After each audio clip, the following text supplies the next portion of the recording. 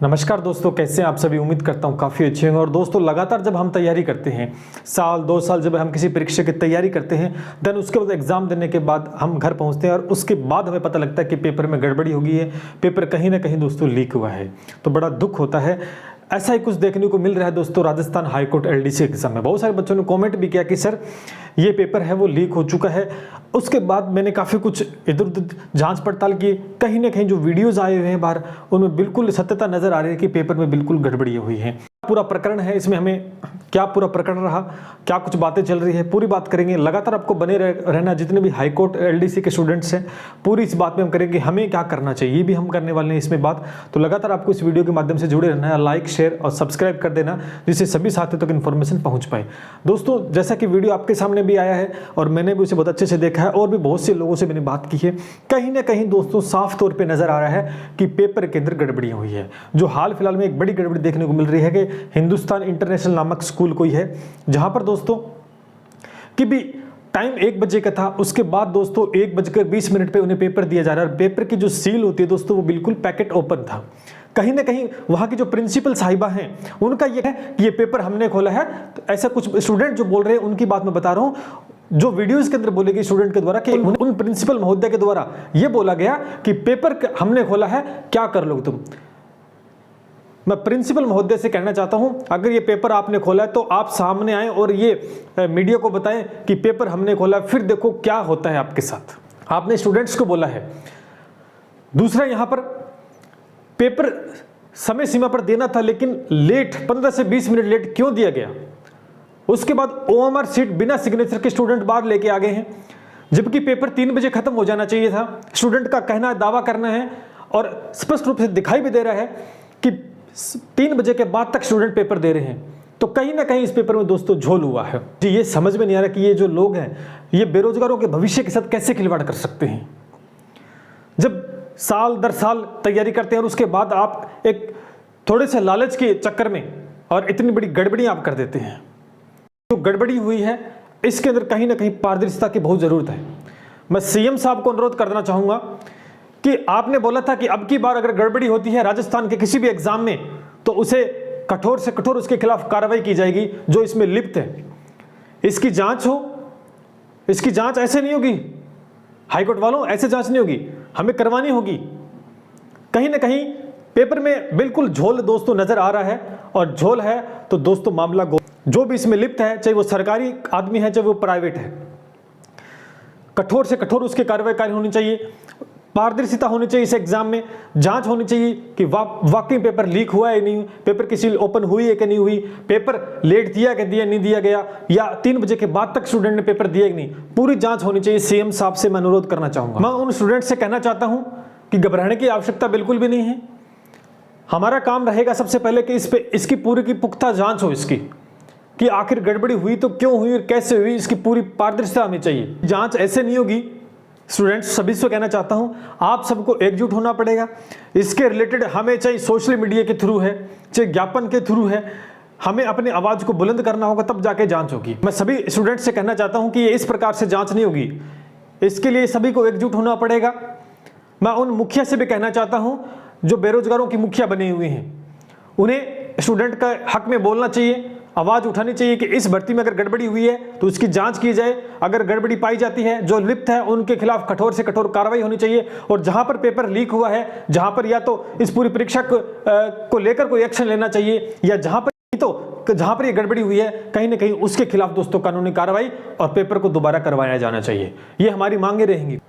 जो टीचर्स हैं, लगातार उनसे भी कहना चाहता हूं, जो जुड़े हुए थे हाईकोर्ट एलडीसी एग्जाम को लेकर, लगातार तैयारी करवा रहे थे, लेकिन तैयारी तो आपने करवा दी, लेकिन उन टीचर से मैं कहना चाहता हूं कि कुछ आपको भी करना पड़ेगा। चाहे आप सोशल मीडिया के थ्रू ट्वीट भी कर सकते हैं, यूट्यूब पे वीडियो भी बना सकते हैं, सीएम साहब को अवगत भी करा सकते हैं।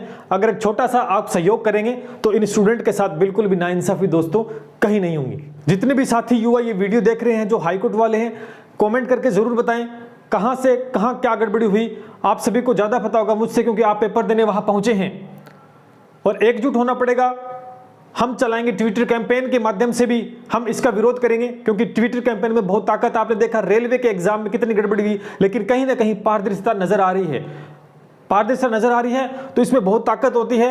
हम एकजुट होकर इस ट्विटर कैंपेन को आगे बढ़ा सकते हैं अगर आपका सहयोग रहेगा तो।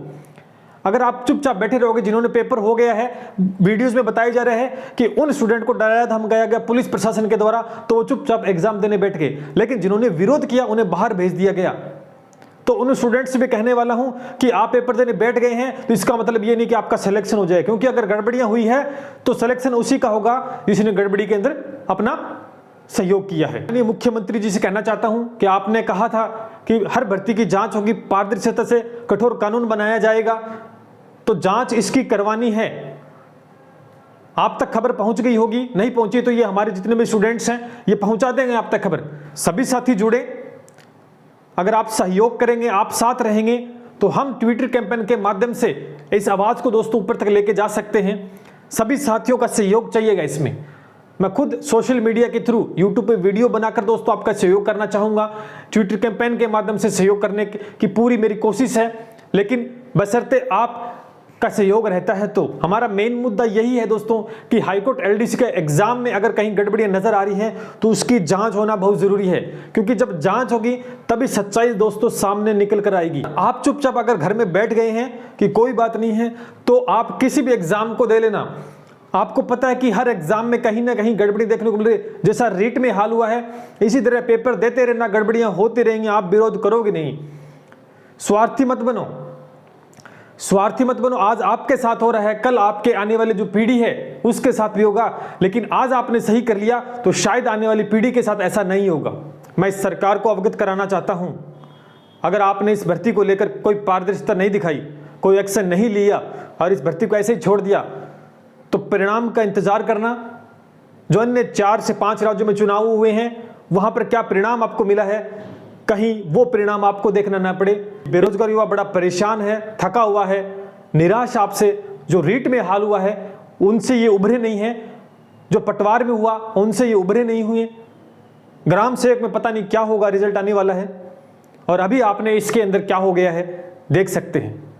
मैं जितने भी हाईकोर्ट एलडीसी के जो स्टूडेंट्स हैं जो निराश हो गए हैं ये देखकर कि भर्ती के अंदर कहीं ना कहीं गड़बड़ियां हुई, पेपर आउट हुआ है, निराश नहीं होना है।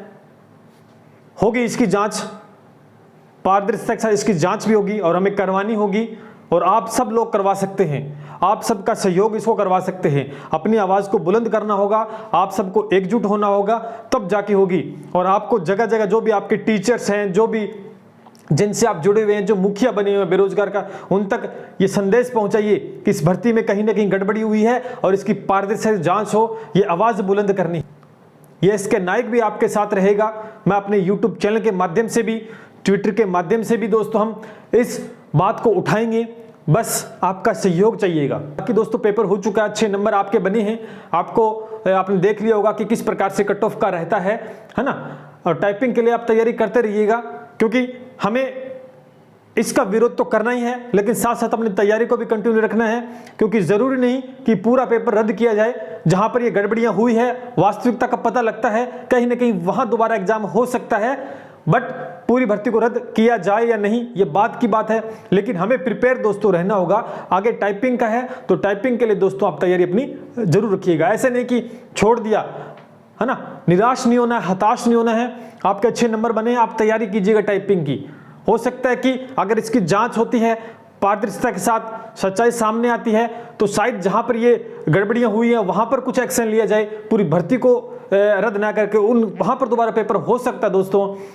तो इसके लिए आपको प्रिपेयर रहना होगा। टाइपिंग भी दोस्तों आप लगातार करते रहिएगा। जितने भी साथी हैं जुड़े हुए हैं, जो भी ये वीडियो देख रहे हैं, आप चाहते हैं कि कहीं ना कहीं इसके विरुद्ध हमें ट्विटर कैंपेन चलाना चाहिए, जिससे कि हम सरकार के कान तक ये बात पहुंचा पाएं और कहीं ना कहीं इसकी जांच हो पाए, तो दोस्तों आपको कमेंट सेक्शन में बताना है कि आप तैयार हैं क्या।